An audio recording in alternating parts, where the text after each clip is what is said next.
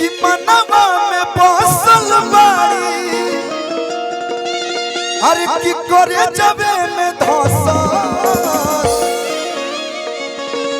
अरे त बड़ा नीक लागेला हो त बड़ा नीक लागेला अरे कि सुनर को के हंसा बड़ा नीक लागेला सुनर को के हंसा बड़ा नीक भैया मनवा में बसल बाड़ी करे जबे में धसा बड़ा नीक लागेला बड़ा नीक लागेला जले नजर देखियो हटो अरे त बड़ा नीक लागेला कि सुनर को के हंसा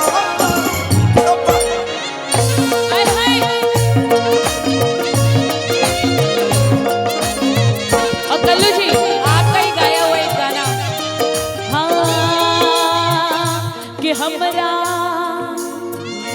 कि हमरा राजा जी के गलिया पे दिल सखी हमरा राजा जी के गलिया पे दिल सखी ओहे दिल हमर लेके गइल दिल सखी ओहे दिल हमर लेके गइल दिल सखी ओहे दिल हमर लेके गइल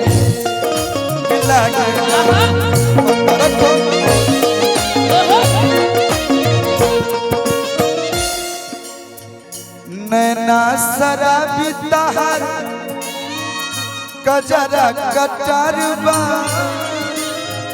यही दीवाना भइल यूपी बिहार बा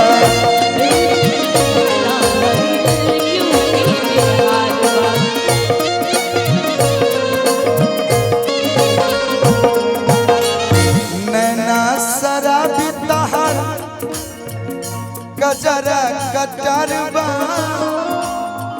यही दीवाना भइल यूपी बिहार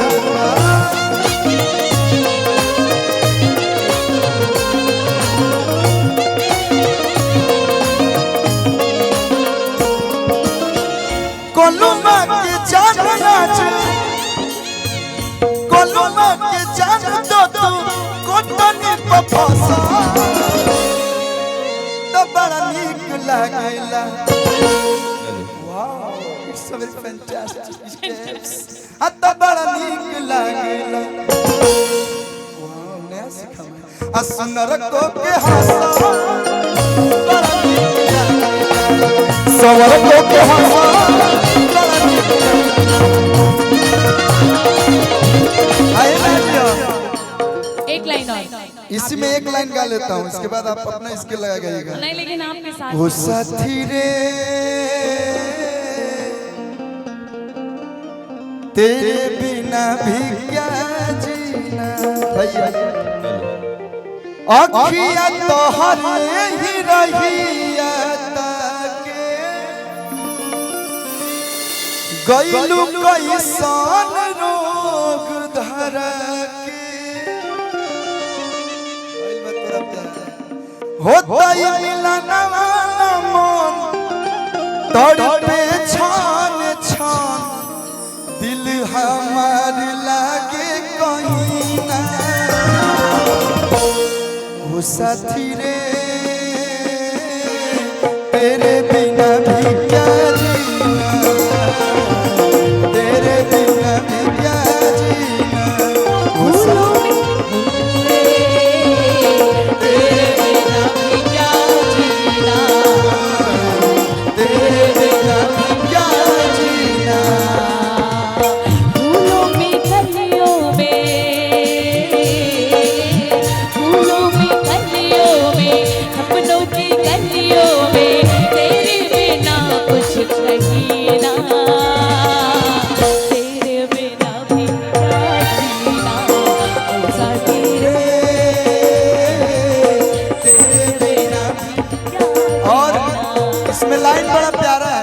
राणा भैया बैठल बनी बहुत अच्छा गीतकार है हमारे अभिषेक भैया, गुड्डू आजाद भैया।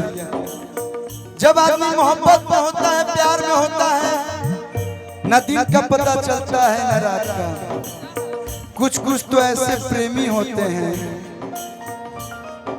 जे अपना घर द्वार माई बाप सब छोड़ देते हैं, देखियो पीछे को बैठल बड़े प्रेमी।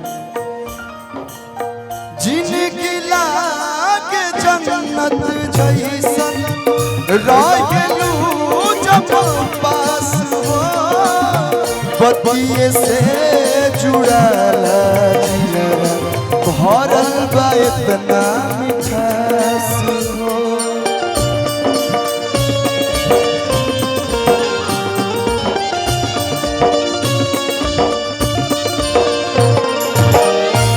हो गइल का कसूर काहे इतना गुरूर, बस इतने बता दो हसीना।